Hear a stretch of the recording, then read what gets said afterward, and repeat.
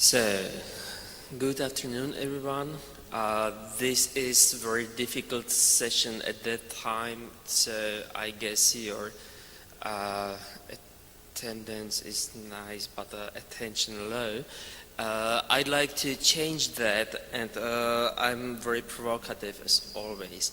So that's why I'm here, and let's go directly down to the business, if I know how. Okay. Does any one of you know this ship? It's a ship, please. Hands up, please. Stretch your... Yes, this is Titanic. And it's 100 years since it sank. And we have analyzed the reasons why it sank. First, it was of a really bad design, obsolete design. And the steel was second grade. There was extremely high competition between the lines. And it was the last time the captain had to go, so he was really willing to make it for his retirement. They didn't know a thing about what was going on because the Marconi's radio operators were very busy with sending self-boosting radiograms of all the people on board and not relying the messages of icebergs. And once the information reached the deck, no one was interested in that. So was it bad luck? I doubt that. Well, some people think that someone has just missed the iceberg crossing sign, but you never know. What we've seen, and Titanic is one of the best examples, is a failed decision-making process. And we have to learn. And learning from other areas than the simple environment informatics, something that we learn and do every day. This is what we are bound to learn. So, where to start? In order to solve the problem, we have to structure it first. So let's start with data. That's the signaling on the ship. We have over years developed something we call information pyramid. It's based on the earlier work of EA and OECD, and we have done quite a lot on that in order to at least understand how to deliver and to whom. So not just knowing of monitoring, not just knowing of data, we need to tailor, we need to create a bespoke information to those who need that.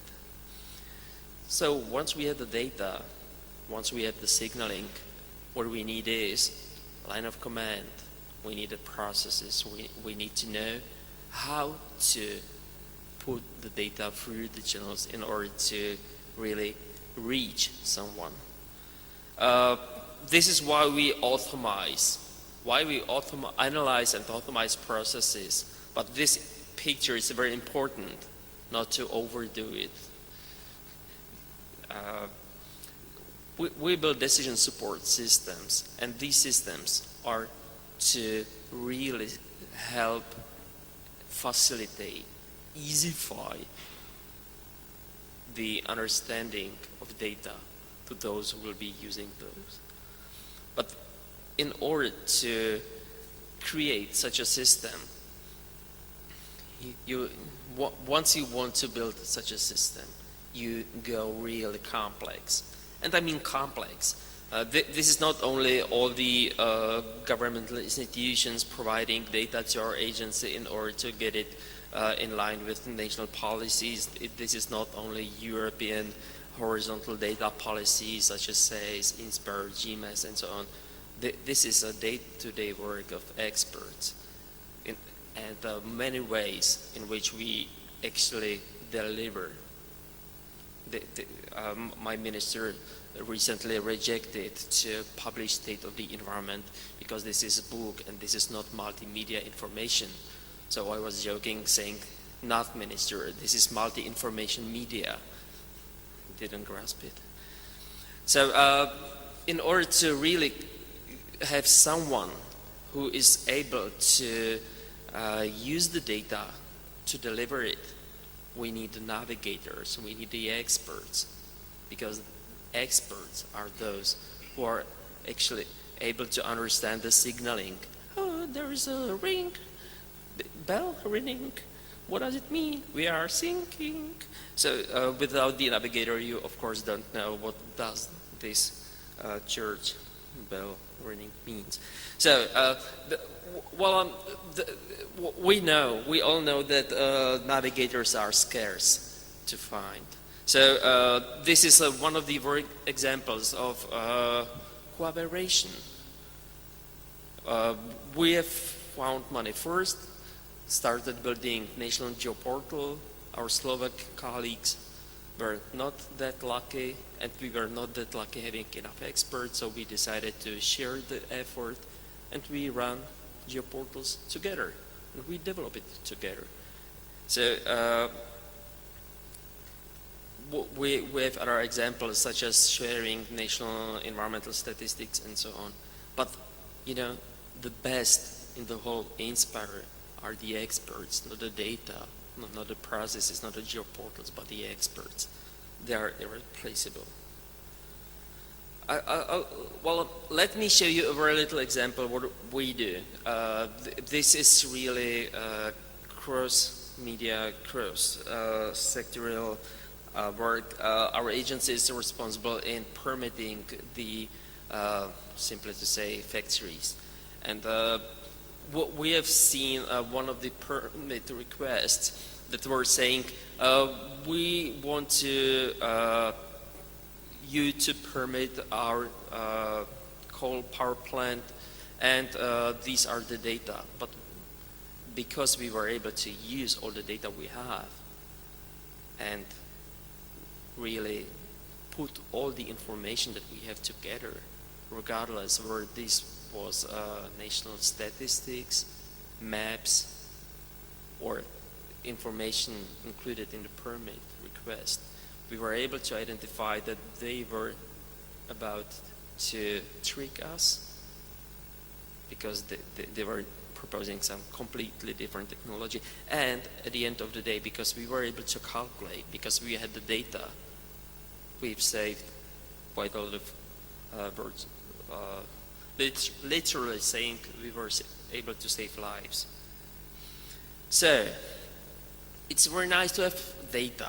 This is very nice to know how the data flow, and it is important to have people who understand it. But come on, you have to have a captain, someone who takes the burden of decision making. This is one of my favorite pictures lately, because it really explains how difficult decision making is. And this is a very good example of how we failed in supporting them. I must admit, it comes from one of our publications, and no one, including me, understood what this means. So we need to deliver. We need to deliver proper information to decision makers, but all the crew, all the data signaling, blah, blah, blah, blah, blah, captains, navigators, they are important on the ship, but they are not the reason. And the reason the ship goes are the passengers. Come on, they are paying, that's why we carry them. So the general public for us, these are the people who are to get the information they need. They need the services. And what do we provide to them? Well, actually, chopping down a tree in the Czech Republic is a process which has 26 conditions included. Are you within the city boundaries? Are you in a nature protected area? Is the tree standalone? Is it, and so on.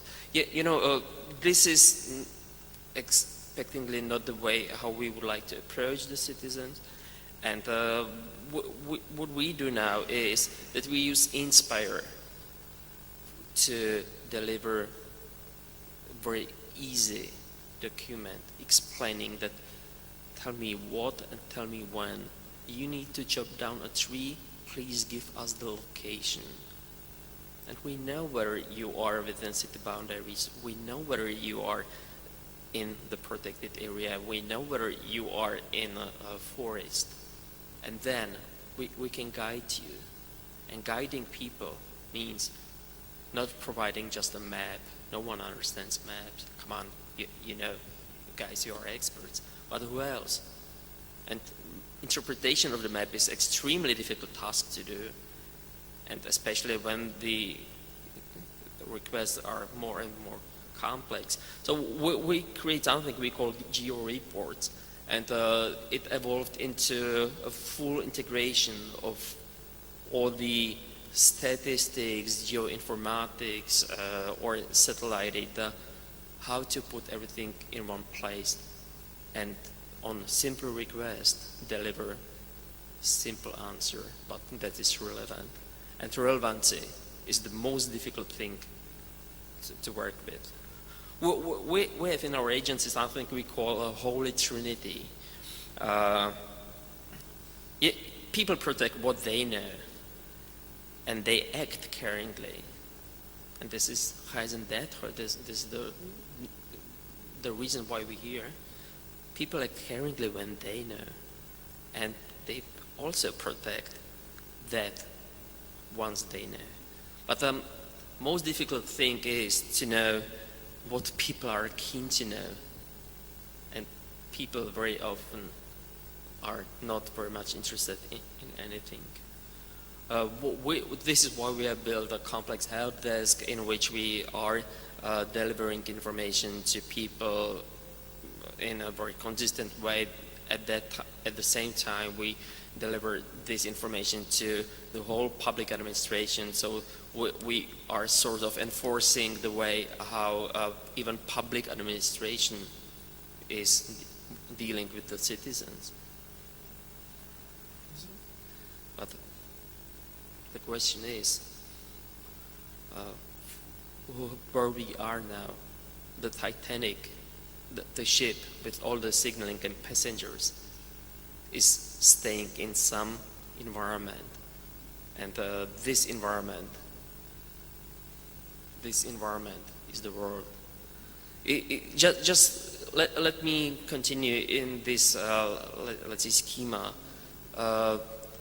The passengers, there are 7 billion passengers on this ship right now, and there are very few navigators, the experts, and even fewer of those who are making decisions. And it puts a lot of responsibility on us. The world is not simple. The world is multifaceted, and we need to deal with different requests, with different measures. You may remember the pyramid. This is one of the way how we were able to simplify difficult problems into something much easier. But you know, at the end of the presentation, there is a major environment change in history ahead of us, probably, and everybody will have to change themselves, including us, the IT crowd. And you know, we have to survive the change. We may live on the Titanic, and we may fail to notice, and we need to stay vigilant and keep listening to people, or sometimes even start listening to those who are paying us, because otherwise we will sink, and it will be really, really late to notice that. Ladies and gentlemen, thank you very much for your attention.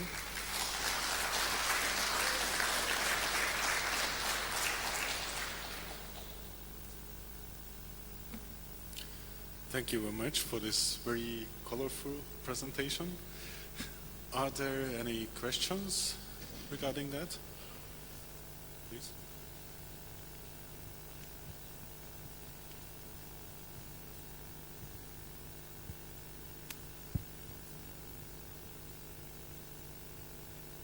thank you for your brilliant schema of the Titanic.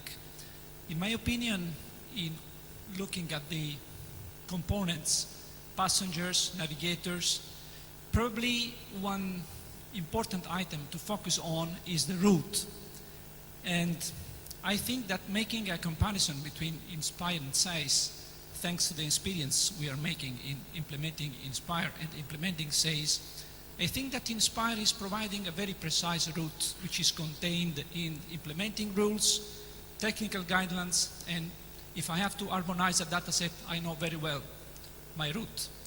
I think and I hope that as soon as possible, SAIS will come not probably with an overstructure of rules and regulations, but some more precise route to follow in order to achieve some concrete implementation. And just to know if you agree with this or not. Thank you. Well, in my understanding, SAIS is how all the data is being organized within the ship. So we would really love to have SAIS and GMS, Inspire, and whatever the thing to be the way how we are able to organize everything data related in Europe. And I'll be very happy as a national Inspire representative if my minister never understood what the Inspire is, because they had to. I'd like them to concentrate on decision making and us IT people to decision on the way how to deliver. And Inspire and SAIS are beautiful tools that can help us but not them. And otherwise I'm fully agree with you. Thank you.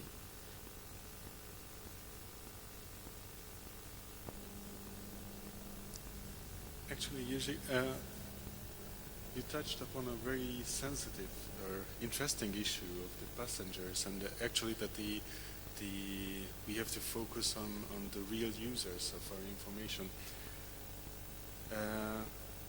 How did you collect the user needs? What was the process? How do you know what is the real needs of the passengers?